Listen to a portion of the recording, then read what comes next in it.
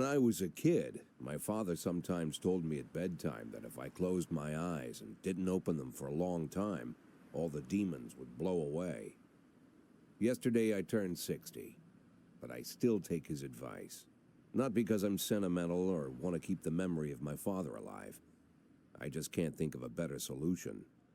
To get away from all the demons that haunt Freeburg, I'd need to wear a blindfold 24/7. Plus, it's a good idea to act blind when talking to reporters. At least that's what my colleagues say. They're afraid of press conferences. But for me, it's more like a confessional. No matter what lies you tell, you're privately thinking the honest answers. It helps me remember who I am.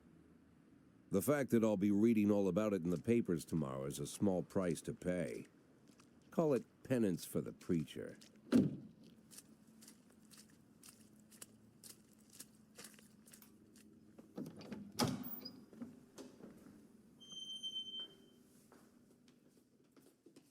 This is the first time I'm afraid of those answers my mind has given me.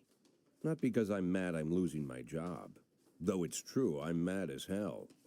Not because I subconsciously blame everyone else. Though I damn sure do blame them. And don't even ask me what my next move is. I can't imagine. But even that doesn't scare me. The worst thing is, I know I'm gonna have to do something. I'll be damned if I know how far I'll go. I may have a lot of vices, but predictability isn't one of them.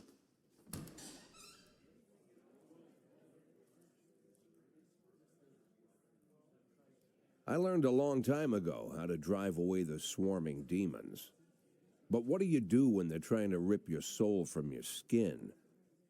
Shutting my eyes tight as I can. The best solution remains the same: play blind. I just hope the reporters think I was blinded by the camera flash.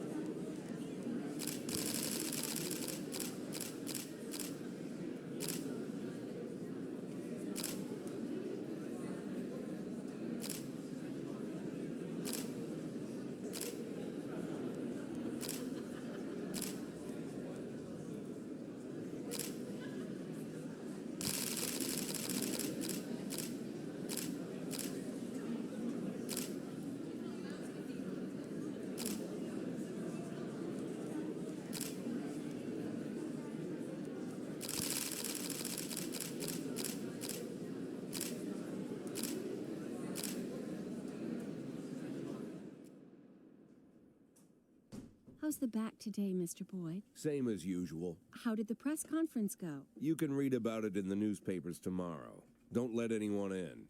Even Mr. Kendrick? Especially Mr. Kendrick.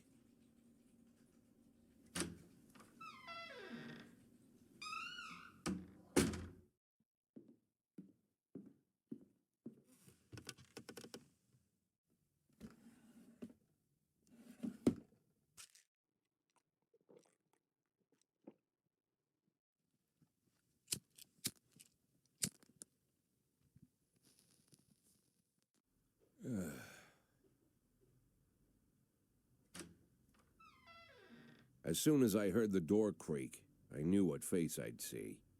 When I tell Emma not to let anyone in, there's only one man it could be. Rude, arrogant, no warning. That's Mayor Rogers in a nutshell. White summer shoes, white socks, white shorts, white polo shirt, and the white smile of a hungry shark. Mayor Rogers enters every room like he owns the place. Even the floorboards under his feet sound like they're creaking an apology. He never shied away from the odd corruption scheme. It's like the devil walks behind him. In the movies, the villains controlling the city play golf with the judges. Rogers plays tennis with them instead. That's about the only difference. Jack, I was hoping to catch you after the press conference. You ran away so quick. There's no smoking at City Hall. No reason for me to hang around. Well, this morning I signed a ban on smoking in all public buildings. Soon you won't be able to smoke here either. Soon enough, I won't be here at all. That's what I wanted to talk to you about. The people of this city like you, Jack. The police chief of all people.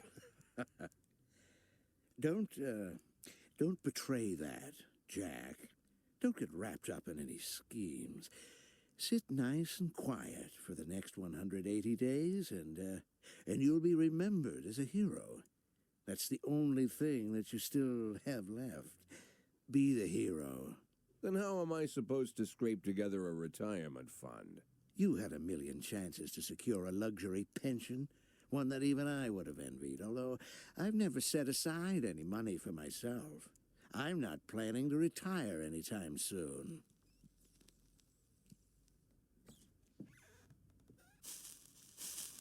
"180 days of quiet, Jack. That's all I need. I don't have any problems with you, and you won't have any problems with me. I have a new assistant, Troy Starr. If you have something to tell me, call him. But try not to bother him. He's a busy man." I'll do my best.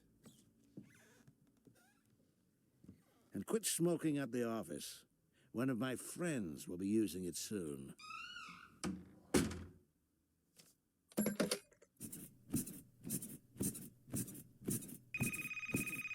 Oh, I'm sorry, babe. Only the mayor has this number. Mr. Mayor? Yeah, is this Troy Starr? Yes? Go fuck yourself, Troy Starr.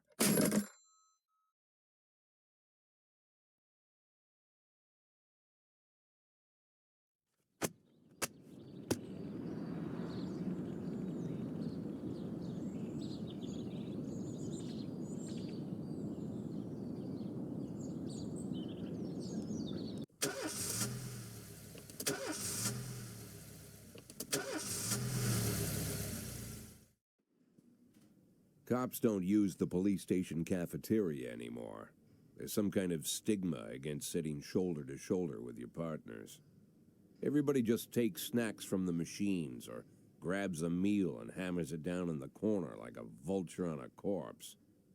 The main thing? Don't look into anyone's eyes. Could be construed as an invitation to sit together.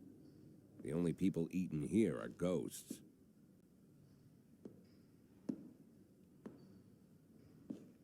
My deputy, Francis Kendrick. He recently became one of those ghosts, the subject of one of the most devastating corruption scandals in the history of Freeburg. No evidence to support the accusations, but everyone knows Kendrick's days are numbered. I need that file I asked for. Needs to be ready tonight. Francis didn't say anything, but I understood. Ghosts aren't supposed to talk. Besides, I got a feeling he was already finished.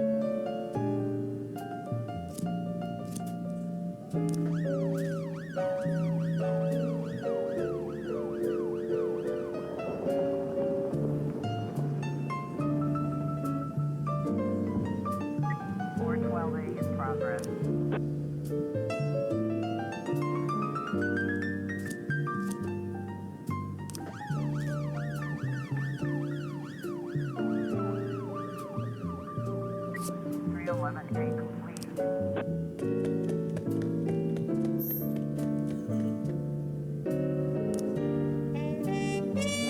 We've got a situation here.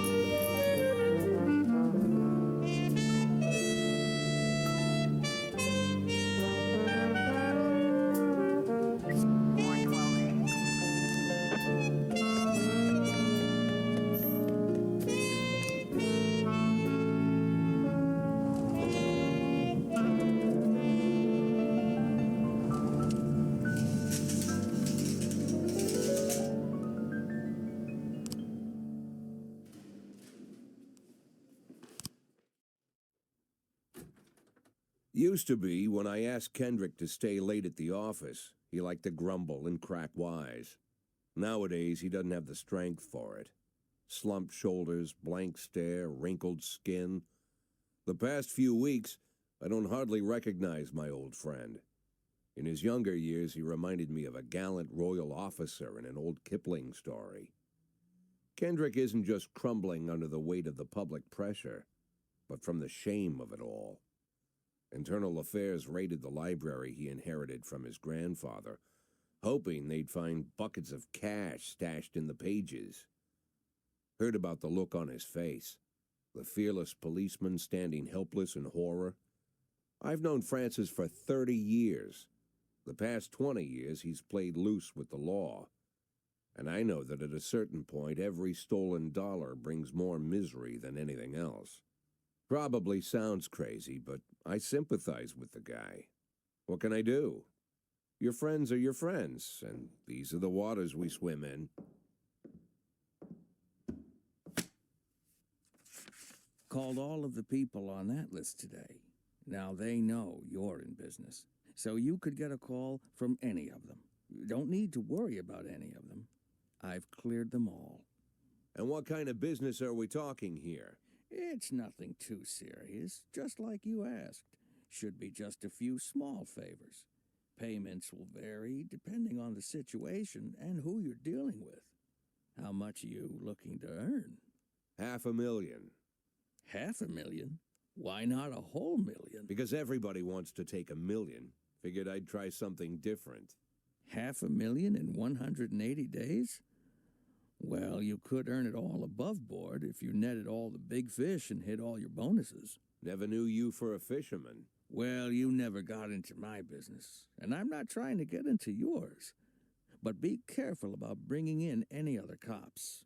Sooner or later, they'll put the finger on you. And one more thing, Jack. I remember what you said, but I should probably add one more name to that list. Christopher Sand. Sand.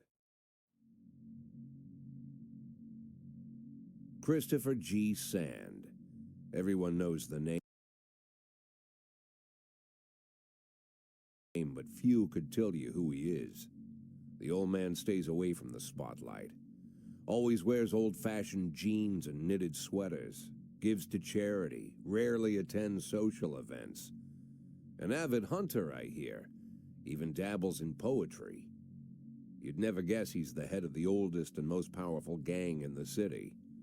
Goes back as far as his great-grandfather. And Sand is strict about following the old rules. He rarely involves himself in commonplace murders and robberies. Hardly needs to intimidate anyone to get his point across. The people who work for him each have their sphere.